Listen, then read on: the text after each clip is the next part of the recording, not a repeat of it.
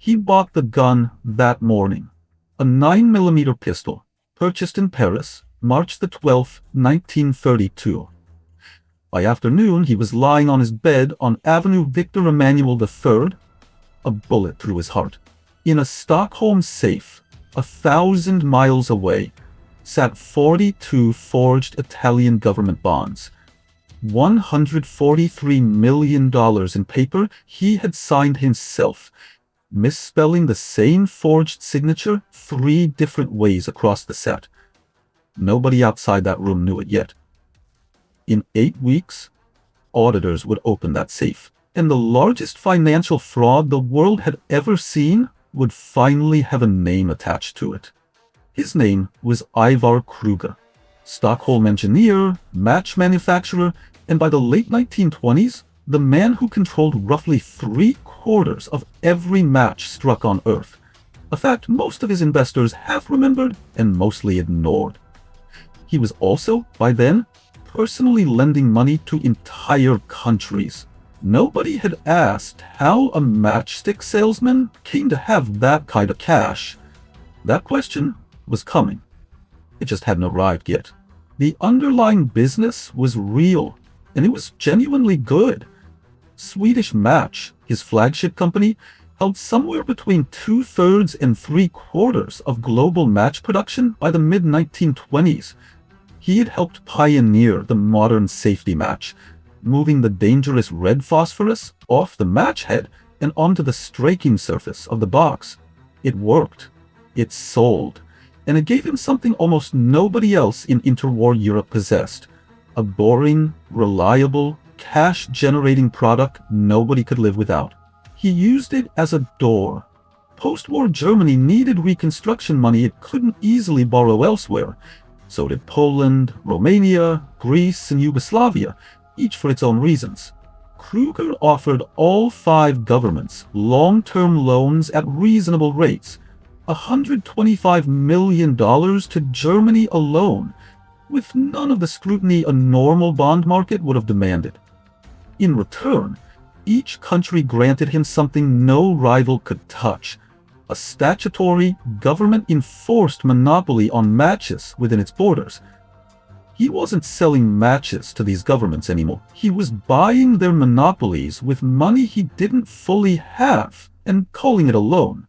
The interest on those loans, he told his own investors, was essentially risk-free, collected as a match tax before it ever reached the state treasury. To pull American capital into the machine, he needed a name Wall Street already trusted more than his own. And he found one in Lee Higginson and Company, a century-old Boston investment house. He put respected men, including Percy Rockefeller, on his American boards. Small investors bought international match stock, paying 20% a year in denominations anyone could afford. 20% every single year. Almost nobody asked where that return actually came from. He kept full control the whole time through a trick almost nobody noticed at first: a new class of B shares, each one carrying just 1/1000th of a vote. Public money poured in by the hundreds of millions. Voting power never moved an inch. It stayed exactly where it had always been, in his hands alone. And whenever a board member or a nervous banker asked to see the underlying books, Kreuger had an answer ready. Disclosure, he'd explain, would tip off rival powers or wreck some delicate sovereign negotiation currently in progress. Every time, the markets nodded and looked away. He preferred it that way, and he said as much, once, plainly. Everything in life is founded on confidence. He meant it as a compliment to himself. Here's the part almost nobody in 1930 fully understood. It isn't complicated. The match factories made real money, just nowhere near enough of it. Actual profit across the entire empire ran at roughly 1.5% of invested capital, year after year. He was promising and paying 20%. That gap between what came in and what went out the door as dividends is the whole scheme in one sentence. He closed it the only way a pyramid ever gets closed, with the next investor's cash. New bond issues covered the old bondholders' dividends. New debentures paid last year's interest.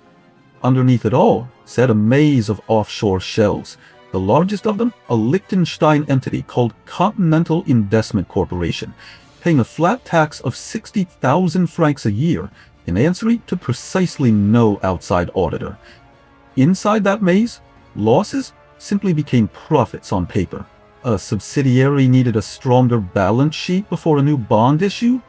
He recorded a sale that had never taken place, moved paper assets from one shell to the next, and manufactured a profit out of nothing more than his own handwriting. Nobody was positioned to check any of it. He made certain of that personally, handwriting every consolidated statement himself and keeping the underlying ledgers away from anyone qualified enough to actually read them. There was a second trick, quieter than the first, buried inside his American bond agreements. When Kreuger pledged collateral to Wall Street trustees, the contracts let him substitute one asset for another, as long as the new one matched the old one's face value, not its market value, not its quality, just the number printed on the paper. So he swapped out real, dividend-paying securities for depreciated, near-worthless ones, and nobody's contract technically stopped him. By 1930, the Depression had shut the capital markets that fed him. He suddenly needed $143 million in assets that simply did not exist. So he manufactured them. 42 forged Italian treasury bills, supposedly backed by a secret monopoly deal negotiated directly with Mussolini. He forged the signature of Italy's finance minister. He forged the signature of the monopoly's director, too, 3 separate times, misspelling the man's name a different way each time. He locked the fakes inside his Stockholm safe and quietly booked the phantom interest as income. What he didn't know, not yet, was that one of the men he was trying to borrow from would be the one to open the door. The first real crack came in late 1931, from a man trying to hand him money.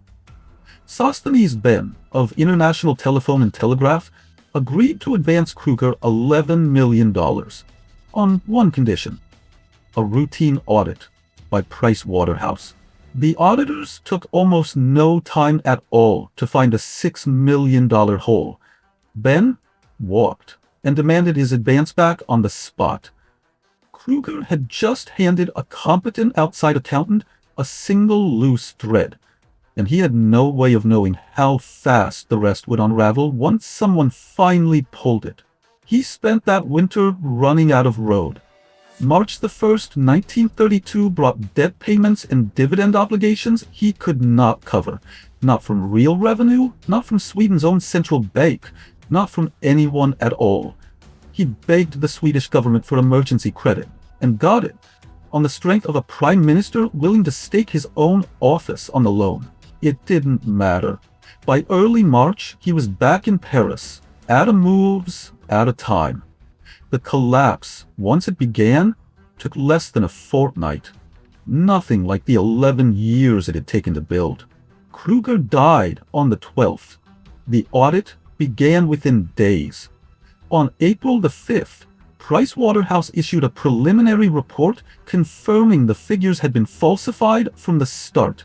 The final report, delivered that November, called it the largest corporate fraud in recorded history up to that point.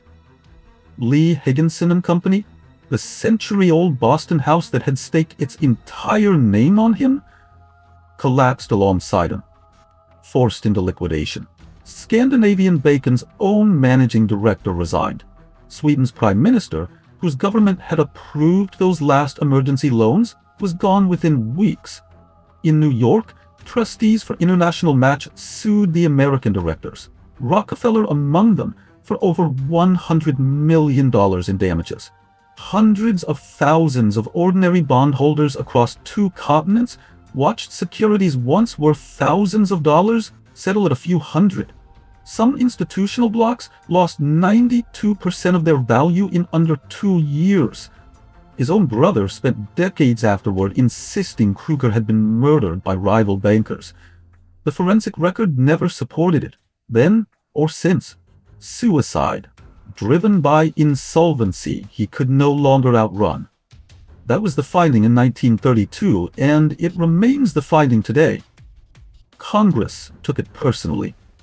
In January 1933, Waterhouse's senior partner testified under oath that Kreuger's empire had operated in substance as a pyramid scheme from its very first bond issue.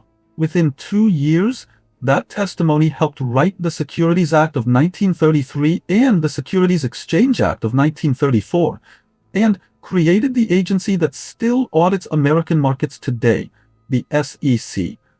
Economist John Kenneth Galbraith later called him the Leonardo of larcenists. The Waterhouse auditors who finally opened his books put it more plainly than that. The manipulations, they wrote, were so childish that anyone with a rudimentary knowledge of bookkeeping could have caught the fraud. If anyone had ever been allowed to look, 42 forged bonds, one name, misspelled 3 different ways on 3 different signatures. Nobody checked until the man who wrote them was already dead.